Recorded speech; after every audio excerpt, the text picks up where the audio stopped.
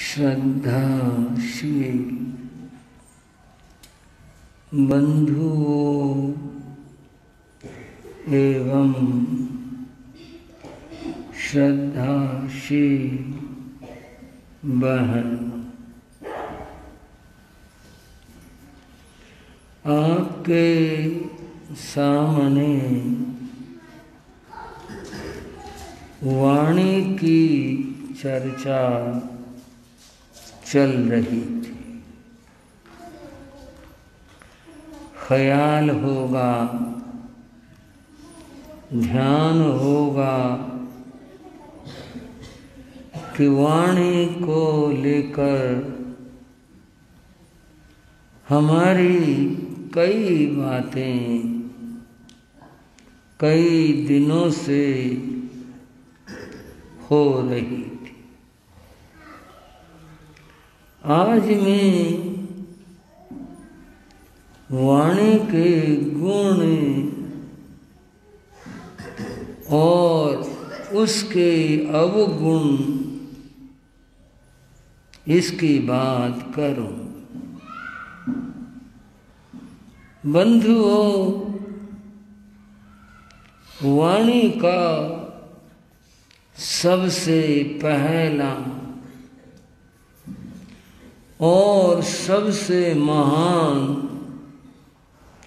गुण है सत्य बोलना। भाइयों, आपकी भी बात समझ में आई होगी कि ये बात तो ठीक है। वाणी का सबसे बड़ा ये गुण है कि सत्य बोला जाए। इसके विपरीत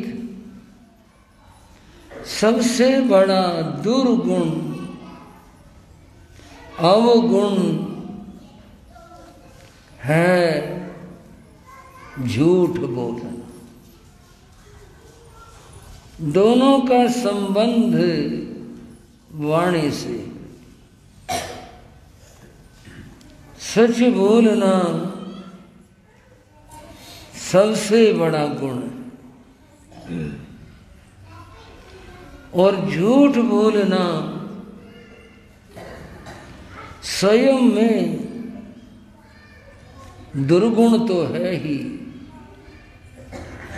पर ये हजारों दुर्गुणों को अपने साथ लेकर आता। सत्य की बात ये है कि मनुष्य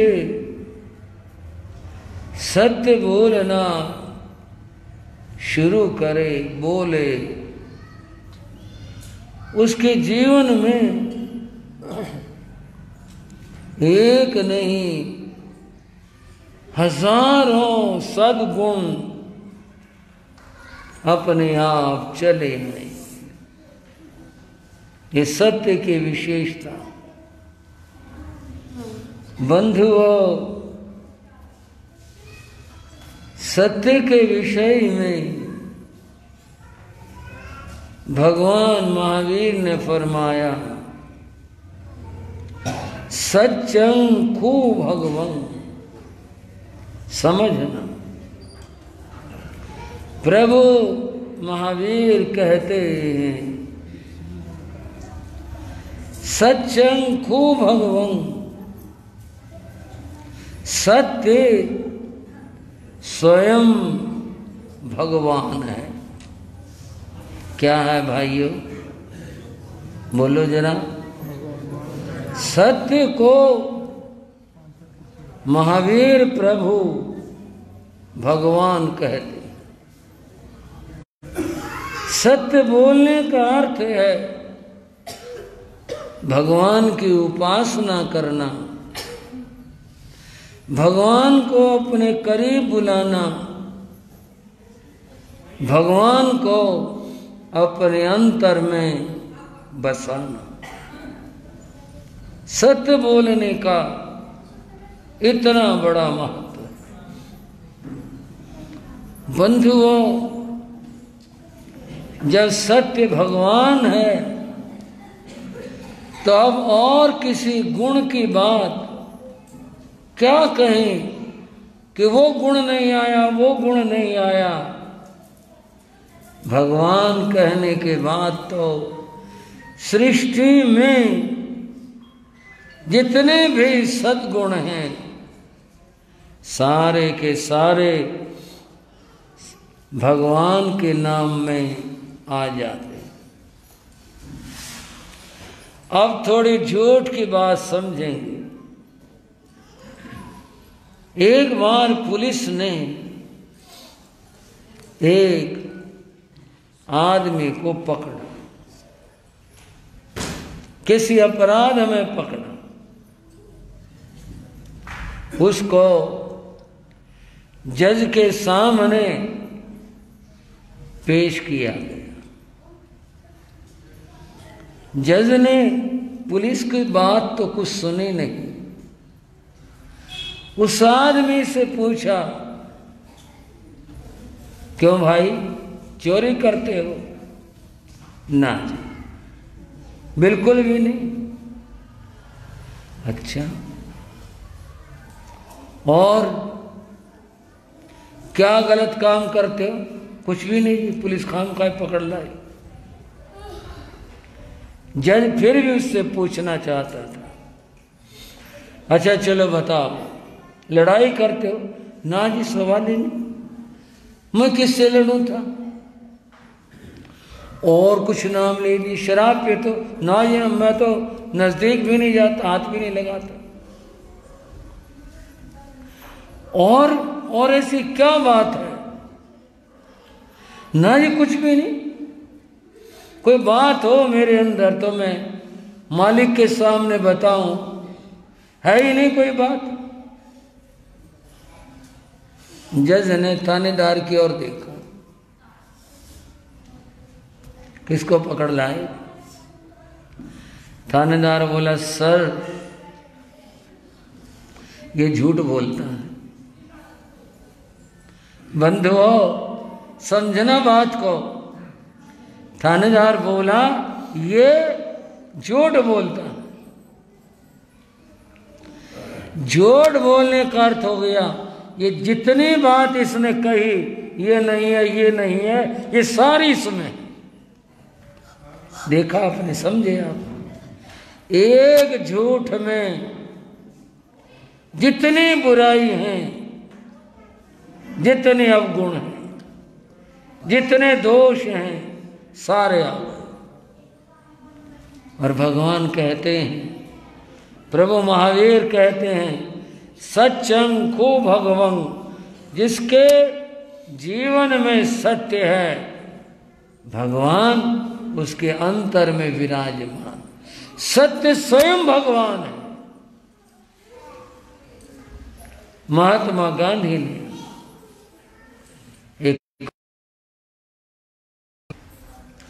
महात्मा गांधी ने कहा, लोग कहते हैं भगवान सच है, यकीन करो, विश्वास करो, मानो। भगवान क्या है? बोलो भाई, ये बड़ोदा बोलो, सच है। भगवान क्या है? सच है। गांधी ने कहा इसको कि, और मैं यूं कहता हूं, सच भगवान है। शब्द तो उतने ही है ना। गांधी जी कहते हैं सच क्या है, इसकी आराधना करो। भगवान आपने देखा नहीं, भगवान कहाँ है? आप सारी बात सुनी सुनाई कहते हो, आप में से, हम में से किसने देखा? कौन मिल के आया? कौन जा कर के आया कि भगवान वहां है? गांधी कहते हैं इस सच को मान लो। सच भगवान है, इसकी आराधना करो, इसको मानो, इसको स्वीकार करो। सच में सच स्वयं में भगवान है। अतएव सत्य का आराधक भगवान को स्वयं अपने अंदर धारण करता है। बंधुओं, कुछ और बातें कहा गया, धर्म है सत्य प्रतिष्ठित है। धर्म है सत्य प्रतिष्ठित है। धर्म जिसको कहते हैं उसके कितने नाम हो, सनातन धर्म, जैन धर्म, बौद्ध धर्म, इस्लाम धर्म, ईसाई धर्म, यहूदी धर्म, पारसी धर्म, जितने भी धर्म हैं, कोई अपना किसी नाम से बोर्ड लगा के बैठा रहे, बात धर्म की है। कहा गया धर्म है सत्य प्रतिष्ठित है। यह धर्म सत्य पर प्रतिष्ठित होता है। कोई चीज है उसको रखने के लिए जगह चाहिए। आपके हाथ में गिलास है, कटोरी है, कोई चीज है, आप उसको हाथ में कब तक रखोगे? रखोगे जमीन पर, जमीन पर रखोगे, मेज पर रखोगे, अलमारी में रखोगे। कोई न कोई चीज को रखने का आधार चाहिए। बिना आधार के कोई आकाश में चीज को छोड़ नहीं सकता। गिलास है और यूं छोड़ दें, क्या होगा? आधार चाहिए रखने का। धर्म का आधार क्या है? तो कहा धर्म सत्य प्रतिष्ठित है। धर्म सत्य में प्रतिष्ठित होता है, सच्चाई पर ठहरता है, सच्चाई में रखा जाता है। अगर सच्चाई यानी सत्य न हो तो धर्म नहीं हो सकता। बंधुओं, कोई अपने को कुछ भी कहता रहे, मैं फलाने धर्म का मानने वाला हूं, ठीक है कहो, पर सवाल है सच्चाई कितनी है जीवन में? सच्चाई है तो बंधुओं हम कहेंगे ठीक है, वे सनातन धर्म ठीक है, जैन धर्म ठीक है, बौद्ध धर्म ठीक है, अमुक धर्म ठीक है। सच्चाई नहीं हो और फिर आदमी बात करे कि मैं तो ये मानता हूं, मैं ये मानता हूं। सच्चाई के बिना धर्म होगा ही नहीं, ठहरेगा ही नहीं। उस व्यक्ति के जीवन में कहीं पर भी वो ठहर ही नहीं सकता है। जीवन में सच्चाई होगी तो धर्म ठहरेगा, सच्चाई नहीं होगी तो बंधुओं धर्म कभी नहीं ठहर सकता। कहा गया नहीं असत्य सम पातक दूजा, पातक पाप को कहते हैं। नहीं असत्य सम पातक दूजा, नहीं असत्य सम पातक दूजा, गिरि सम होयन कोटिक गुंजा। गुंजा चिरमठी जिसको कहते हैं, एक छोटा सा फल होता है, लाल लाल रंग का होता है, ऊपर से काला होता है, उसको चिरमठी भी कहते हैं, उसे गुंजा भी कहते हैं, रत्ती भी उसका नाम होता है। छोटा सा फल होता है, वो कभी पर्वत के बराबर हो सकती है, पहाड़ के समान हो सकती है। असत्य कभी भी किंचित भी धर्म की बराबरी नहीं कर सकता। असत्य के समान दूसरा कोई पाप नहीं हो सकता। यही कारण था जिसको हम वचनबद्धता कहते हैं, वो सत्य के ऊपर अचल और अटल रहना होता। जो हम कहते चले आए रामायण में, राजा दशरथ ने कहा, राम ने कहा और सब ने कहा। और क्या कहा? एक ही बात कही, रघुकुल रीत सदा चली आई। हमारे कुल के, रघुकुल की जो रीति है, नीति है, जो सदा से चली आती है, वो एक ही है, प्राण जाए पर वचन न जाए। ये वचन क्या चीज है? ये सच्चाई की बात है कि जो हमने कह दिया उसको बदला नहीं करते, उसको बदलें, पलटें, असत्य होगा, हम उसके ऊपर स्थिर रहते हैं, कभी भी उसे बदलते नहीं हैं। प्राण भले चले जाएं, लेकिन जीवन से कभी हम सत्य को दूर नहीं करते। अपने जीवन में हमेशा अपने वचन का हम पालन करते। बंधुओं, रघुकुल की जो महत्ता है वो उनकी सच्चाई की है। राजा दशरथ ने अपने वचन को पूरा करने के लिए सब कुछ अर्पित कर दिया था। और राजा हरिश्चंद्र ने अपने वचन के लिए, अपनी सच्चाई के लिए अपना राज दे दिया। और फिर जो दक्षिणा की मोहरें थी 1000, उनको पूरा करने के लिए पत्नी भी बिक गई। और आखिरकार उसने स्वयं को भी बेच दिया। किसके लिए? एक अपनी जबान के लिए। जबान का अर्थ है कि जो कहा था उस सच्चाई पर बने रहने के लिए, खड़े रहने के लिए इतनी बड़ी कुर्बानी दी। रामायण में क्या घटा कि जब लक्ष्मण को शक्ति लग गई और लक्ष्मण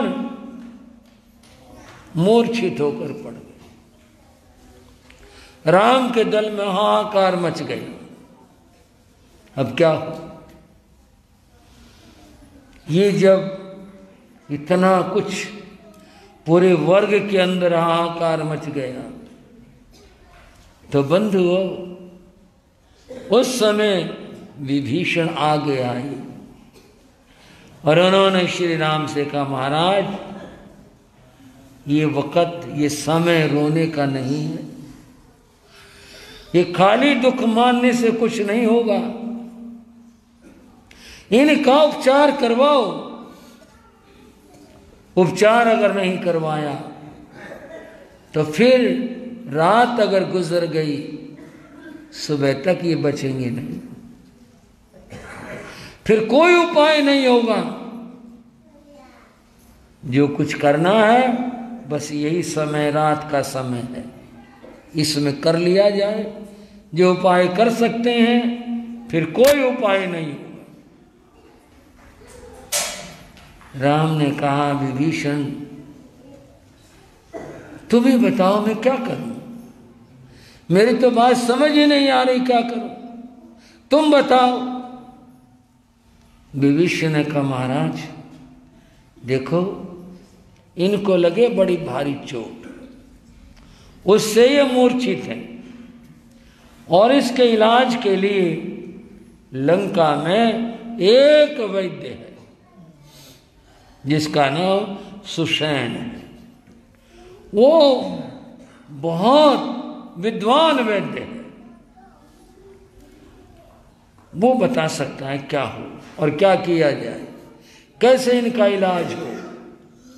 बाकी और कोई उपाय नहीं है। उसको लाया जाए और उसको दिखाया जाए, उससे पूछा जाए। राम बोले, भाई सुषेण को कौन लाएगा बुला करके? बोले, जी ये तो आपके सैनिक ही कर सकते हैं। सैनिकों ने आपस में, योद्धाओं ने एक दूसरे को देखा, तब हनुमान कहने लगे, मैं ले आऊंगा उसे उठा करके, तो आप करो इस काम को। हनुमान गए लंका में उनको सिद्धियां प्राप्त थी, वो अपना रूप छोटा बड़ा सभी तरह का बना सकते थे। और वे गए, सुषेण के घर पहुंचे, सुषेण सो रहा था। अब इसे जगाऊंगा, ये बात करेगा, पूछेगा, समय लगेगा। उसके 4 पाई उठाई और उठा करके उसको जहां पर श्री राम थे और जहां लक्ष्मण लेटे हुए थे, पड़े थे, वहां पर ले आया और वहां पर ला करके उसको जगाया गया। हनुमान अपना काम पूरा कर दिया, उन्हें जगाया। जागने के बाद पहले समझ में नहीं आए मैं कहां और कैसे हूं। जब उन्हें बताया गया कि तुम राम के सैन्य दल में हो और तुम्हें यहां पर लाया गया है, किस लिए लाया गया है वो भी बताया कि इनको लक्ष्मण को शक्ति लग गई और ये बेहोश पड़े हुए हैं, इनके उपचार के लिए लाया गया। सुषेण ने देखा, समझ गए। इसके बाद सुषेण ने एक प्रश्न राम से किया और कहा, भगवान मैंने सुना है आप मर्यादा पुरुषोत्तम, आप कभी भी असत्य का प्रयोग नहीं करते। मैं एक बात पूछना चाहता हूं कि मैं रावण का वैद्य हूं। कहां का भाई हो? रावण का वैद्य हूं। आपका रावण का युद्ध है, तो मैं रावण का वैद्य होकर अगर मैं आपके भाई का इलाज करता हूं तो क्या ये स्वामी से द्रोह नहीं होगा? और ऐसा करना क्या मेरे लिए उपयुक्त होगा? और ऐसा करवाना क्या आपके सत्य के अनुरूप होगा? इसका समाधान कर। राम ने सुना, पल भर सोचा और तब कहा, ठीक है वैद्य जी। और अपने सेवकों से कहा, जाओ इनको ससम्मान वापिस छोड़ो। उनसे कहा, आप जा सकते हो। बोले जी आपने फरमा दिया, कह दिया जा सकता हूं, पर मेरे प्रश्न का समाधान। बोले नहीं, आप अपने स्वामी की वफादारी करो। ठीक, मैं सत्य को नहीं छोड़ सकता। लक्ष्मण बचे न बचे ये अलग बात है, लेकिन जो सच्चाई है मैं उसको नहीं छोड़ सकता। आप जा सकते हो।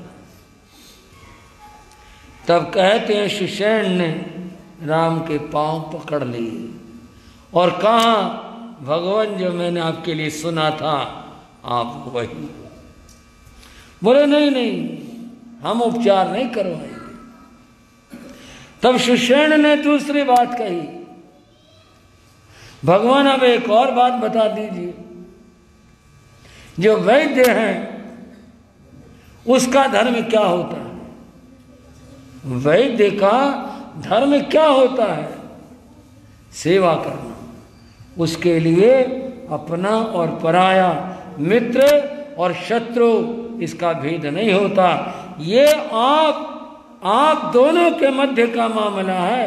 मेरे लिए तो जो मेरे पास आता है और मैं जिसके पास जाता हूं वो केवल मरीज होता है, उसको उपचार करना मेरा धर्म है। अगर मैं उपचार नहीं करता हूं तो फिर मैं अपने धर्म से भटक रहा हूं। आप सत्य की बात कहते हो, क्या मैं अपना धर्म छोड़ दूं? जो मेरा धर्म है मैं अपने धर्म का पालन करूंगा। आपने कोई जोर जबरदस्ती नहीं की। आपने ठीक कहा कि मैं जा सकता हूं, लेकिन मैं अपना धर्म नहीं छोड़ सकता। बंधुओं, घटनाएं इतिहास बनती हैं। इतिहास ऐसे ही नहीं कलम उठा के लिखा जाता।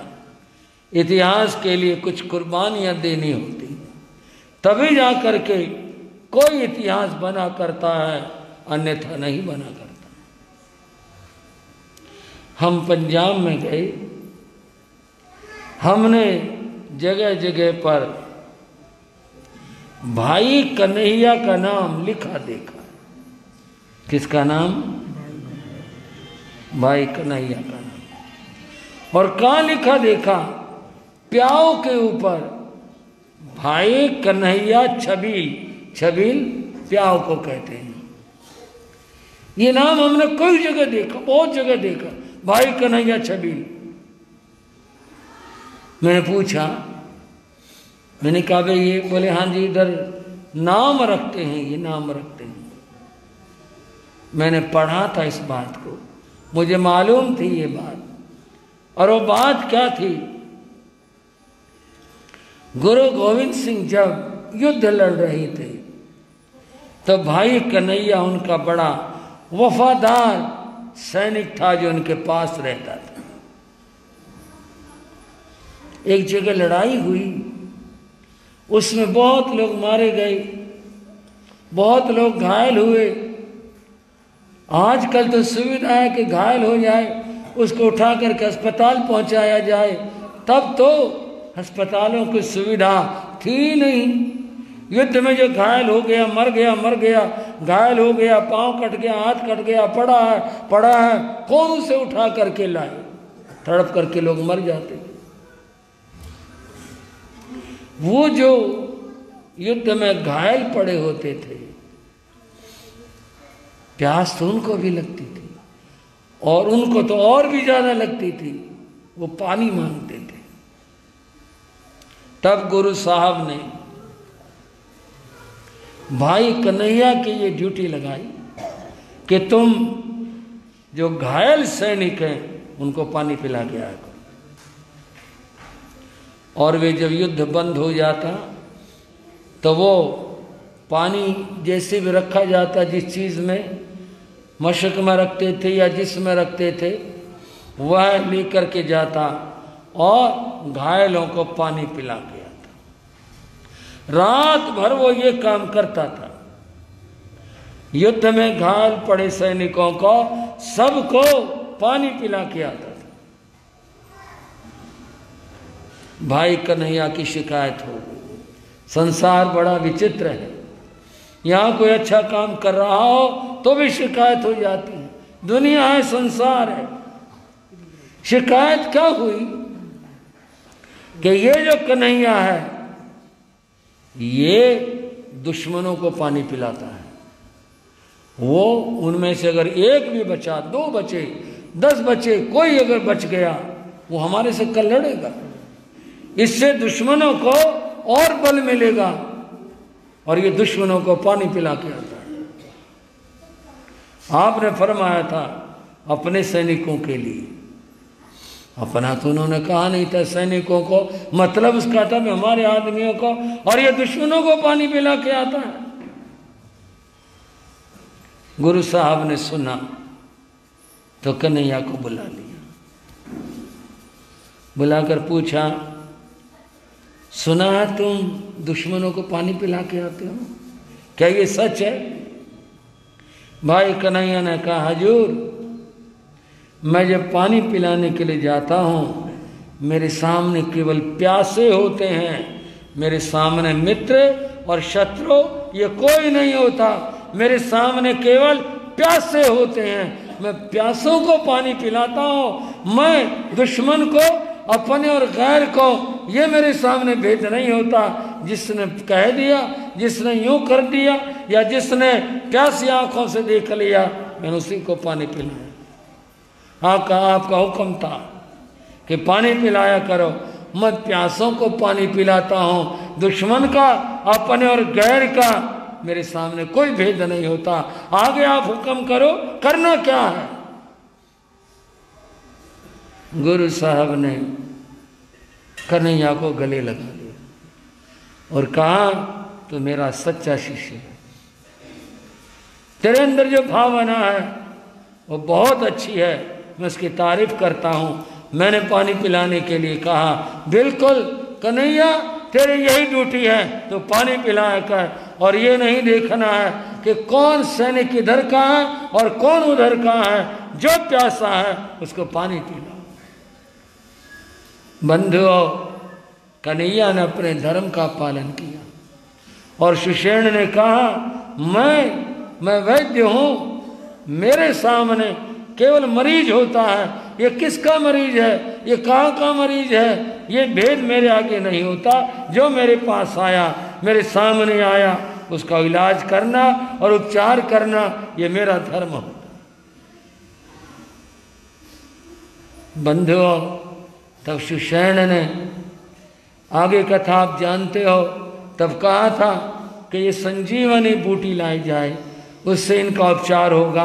हनुमान लेकर के आए, तब उपचार हुआ और वो ठीक हो गए। प्रश्न था सच्चाई का। हर व्यक्ति का जो फर्ज है, उसका जो कर्तव्य है, वो सच्चाई के रास्ते पर खड़ा है, और जो सच्चाई के रास्ते पर है वो उसका धर्म है।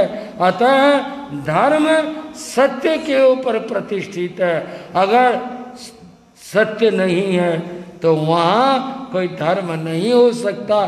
धर्म वही है कि जहाँ पर सत्य होता है।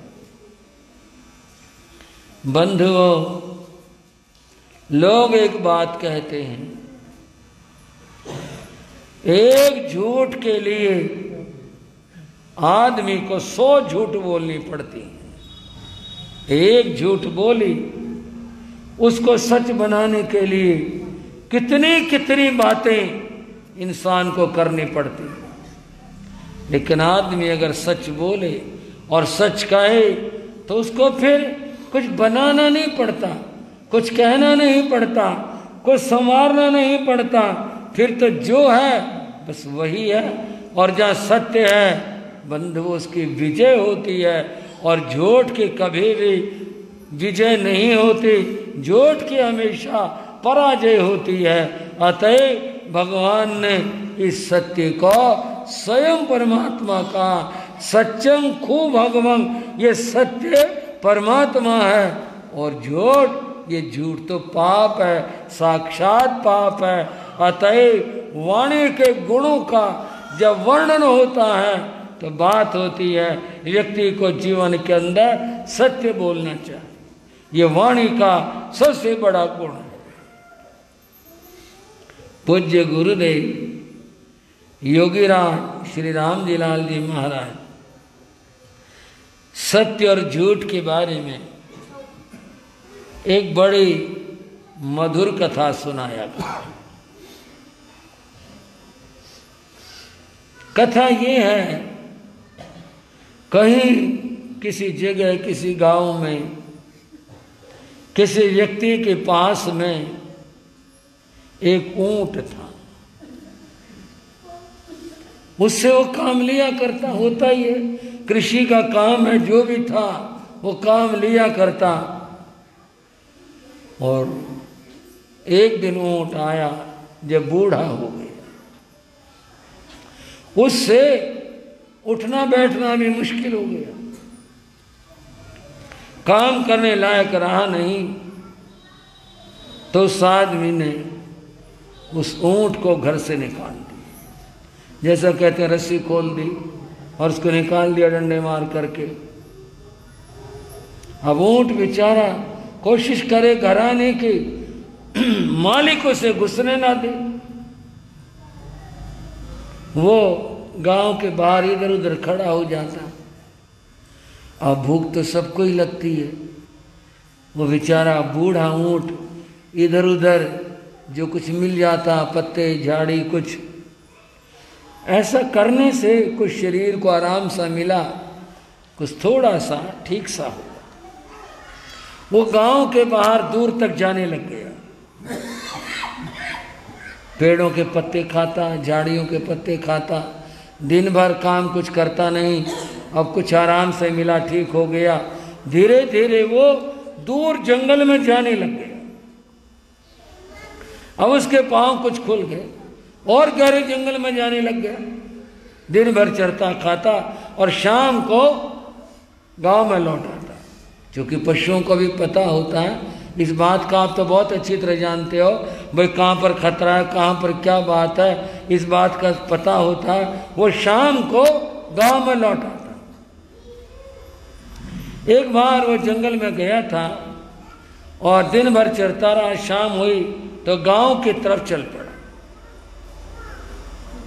चला, आते हुए रास्ते में उसके पांव में करौंदे की झाड़ी की शूल लग गई।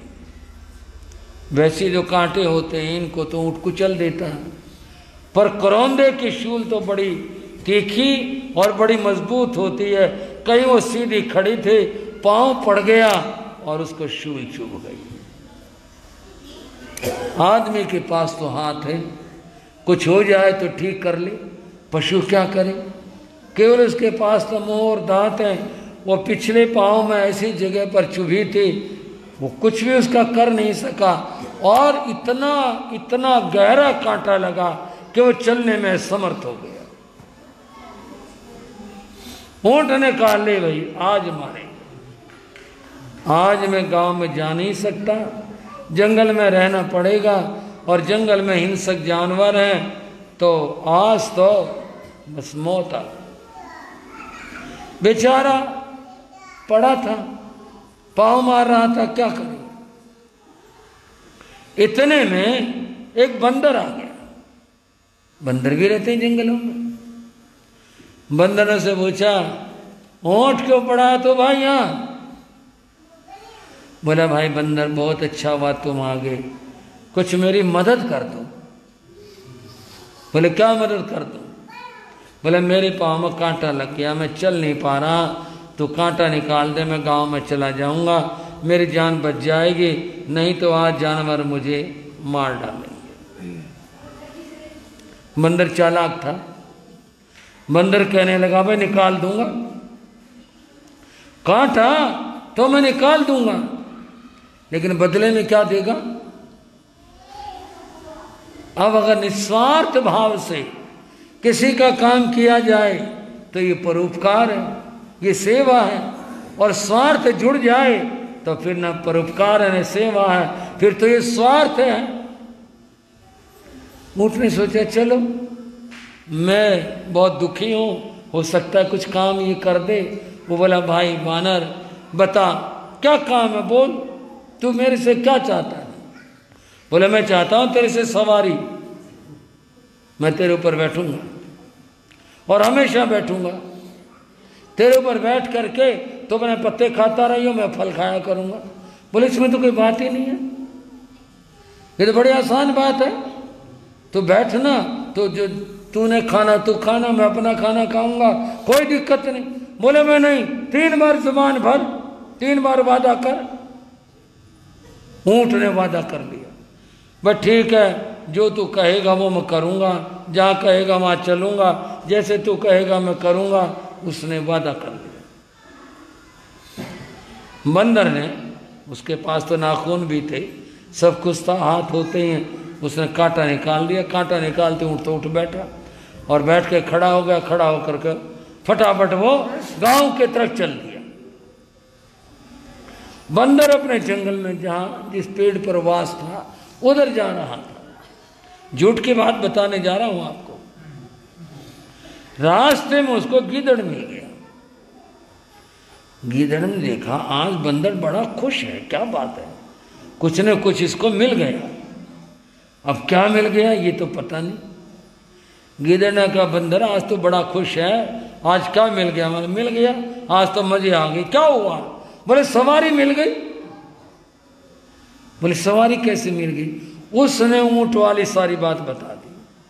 बोले, ऐसे ऐसे वायदा हुआ है, उसने कहा जो तू कहेगा वहाँ चलूँगा करूँगा, तो अब तो मैं उसके ऊपर बैठे के खूब से अपना आराम से खाया करूँगा, सवारी करूँगा।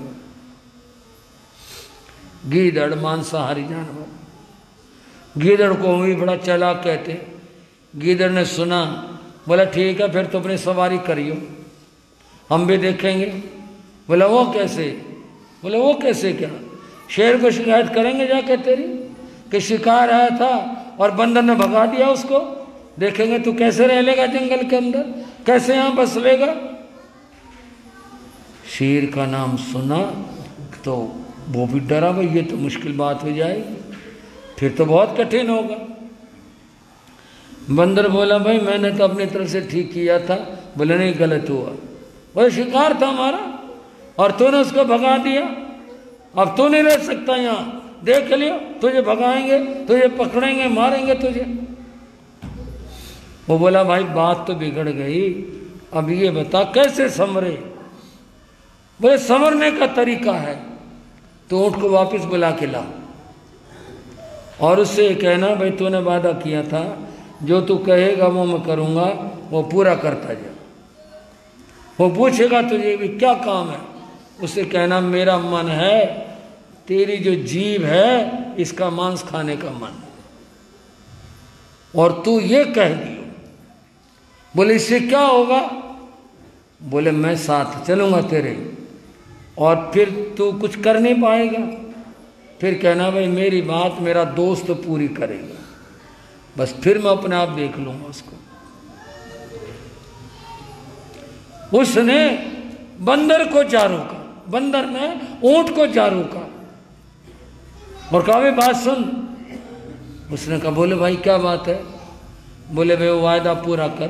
बोले बैठ जा कमर पर। बोले नहीं, तूने ये भी कहा था जो तू कहेगा वो करूँगा, ये भी कहा था तूने। बोले बोलो क्या करना है, बताओ कहाँ चलना है। उसने कहा नहीं चलना कहीं नहीं है, बात ऐसी है तो मेरा मन कर रहा है, मैंने कभी ऐसा किया नहीं, खाया नहीं, तो अपनी ज़बान का मांस दे दे। बोले तो शाकाहारी है भाई, तेरा क्या मतलब है इस बात से? बोले तू छोड़ इस बात को, जो मैं कह रहा हूं वो कर। ऊंट ने कहा भाई जो वायदा कर लिया, वचन दे दिया, वो दे दिया, पूरा करना चाहिए। चलो मर जाएंगे और क्या होगा इससे ज़्यादा, जीवन बहुत जी लिया, बात पूरी होनी चाहिए। बंधुओं, ऊंट बैठ गया, उसने अपना मुंह खोल दिया और कहा ले भाई बंदर, तूने जो कुछ करना कर ले। और उसने देखा उसके बस का काम था नहीं। इतने में गीदड़ निकल करके आया। बंदर बोला भाई ये मेरा दोस्त है और इस काम को ये करेगा। ऊंट ने कहा गलत बात है, ये बीच में था ही नहीं। बोले भाई देखो अपना वादा पूरा कर, जो काम मेरे से नहीं होगा मेरा दोस्त करेगा।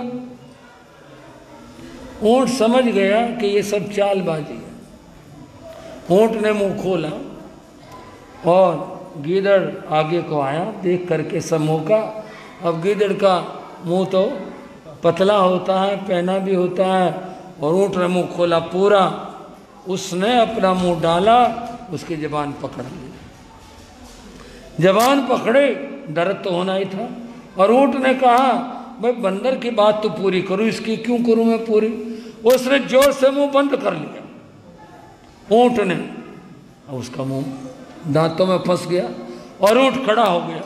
खड़ा हो गया, बंद हो। वो गीदड़ लटके जैसे क्या नाम कोई वो लटका देते, चीज लटका देते, खड़ा हो गया। वो पांव मारने लगा। बंदर बोला गीदड़ को अरे भाई पांव टिका ले, कोई शांति मिल जाएगी। अंदर से एक आवाज आई और आवाज ये थी बस झूठ के पांव टिका नहीं करते। झूठ के कितना भी कुछ कर लो, कितना भी आदमी फरेब कर ले झूठ बोलने के लिए, कितने धोखेबाजी कर ले, लेकिन अंत में परिणाम गीदड़ वाला होगा। और क्या होगा कि झूठ के पांव कभी भी जमीन में नहीं टिका करते। बंधुओं, इस सच्चाई को पशु की कहानी के माध्यम से समझाने की कोशिश की गई, और वो ये कि झूठ झूठ होती है, झूठ के पांव कभी भी टिका नहीं करते हैं। और एक बात कही गई, सांच बराबर तप नहीं। किसके बराबर भाइयों? सांच बराबर, सच्चाई के समान। सांच बराबर तप नहीं, झूठ बराबर पाप। झूठ के समान कोई पाप नहीं होता है। और आगे बात कही गई इस बात को समझाने के लिए, सांच बराबर तप नहीं, झूठ बराबर पाप। जाके हृदय सांच है, ताके हृदय आप। आप कौन? परमात्मा। आपसे मतलब यहाँ परमात्मा है कि जिसके हृदय में सच्चाई है, सच है, उसके हृदय में परमात्मा का वास होता है। और जहाँ झूठ है उसके समान कोई पाप नहीं होता है। इसलिए वाणी के गुणों में सबसे बड़ा और सबसे पहला गुण है कि व्यक्ति को सत्य बोलना चाहिए और झूठ से बचना चाहिए। झूठ पाप है, झूठ बोलने से जीवन दूषित होता है, मलिन होता है। वाणी की बातों में इस बात को समझ करके सच्चाई का महत्व है कि परमात्मा को अगर पाना है तो संकल्प करना पड़ेगा। और संकल्प ये कि हम सदा सच बोलेंगे और झूठ नहीं बोलेंगे। इस राह चलकर हम परमात्मा को पा सकते हैं। इसके साथ आज की चर्चा को विराम देता हूँ। चत्तारि मंगलम अरिहंता मंगलम सिद्धा मंगलम साहू मंगलम केवली प्रणतो धम्मो मंगलम चत्तारि रघुत्तमा अरिहंता रघुत्तमा सिद्धा रघुत्तमा साहू रघुत्तमा केवली प्रणतो धम्मो रघुत्तमो चत्तारि शरणं प्रविज्यामि अरिहंते शरणं प्रविज्यामि सिद्धे शरणं प्रविज्यामि साहू शरणं प्रविज्यामि केवली प्रणतं धम्मं शरणं प्रविज्यामि।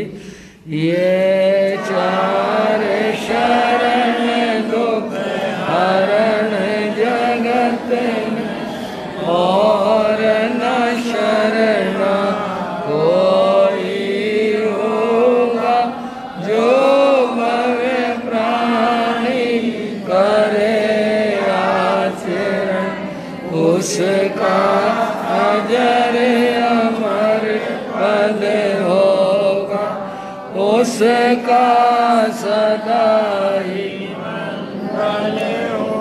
मंगल आशीर्वाद।